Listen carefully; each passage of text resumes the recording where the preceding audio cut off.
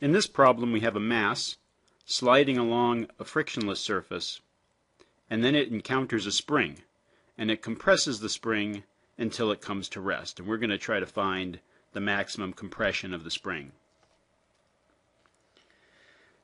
So the work done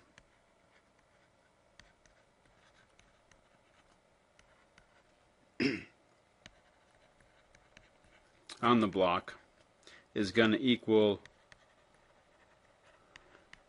the change in kinetic energy of the block.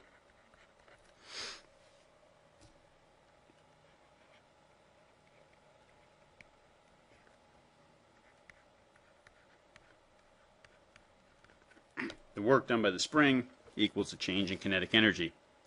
And I'm going to use Ke for kinetic energy. Normally we just use K, but I've got a K for my spring constant, and I think if I call a K for kinetic energy and a K for my spring constant, I'm going to get a little confused with too many Ks.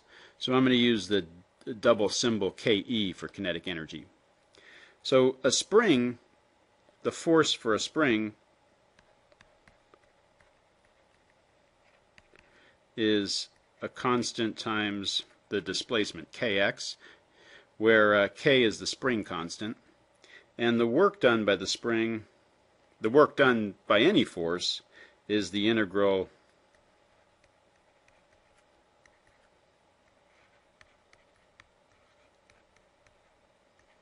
of f dot dx. So going back to my original equation here, work done by the spring equals change in kinetic energy. What I have is the integral of f spring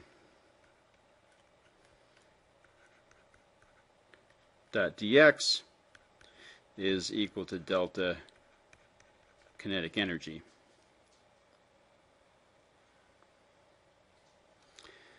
So my spring force is Kx, and the spring force is pushing, let's go back to our picture. As the mass pushes up against the spring is pushing to the right on the mass. So the spring force is to the right, and the mass is moving to the left. So I'm going to put a little F spring here.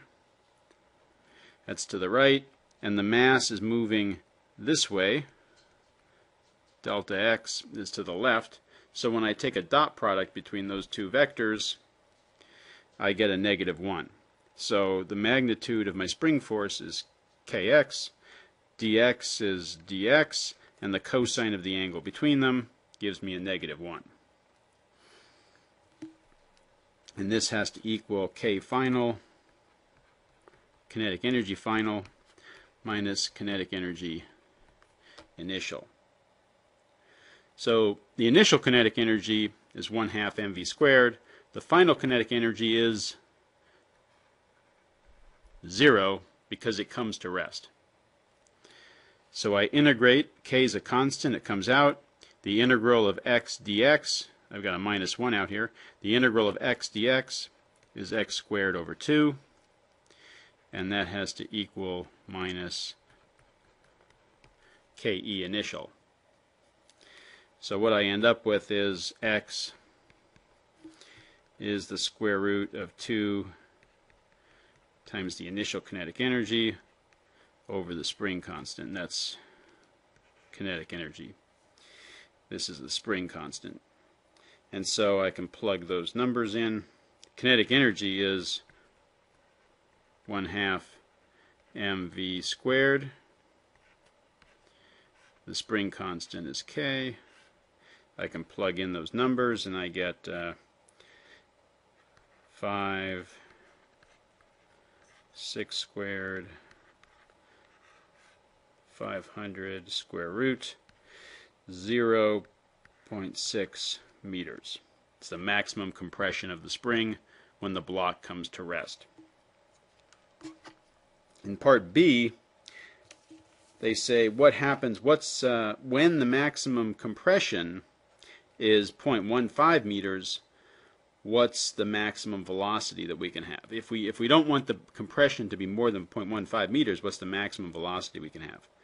So I'm going to start with this previous equation I had here of 1/2 kx squared equals 1/2 m v initial squared, and I end up with v initial is equal to k x squared over m, square root of that.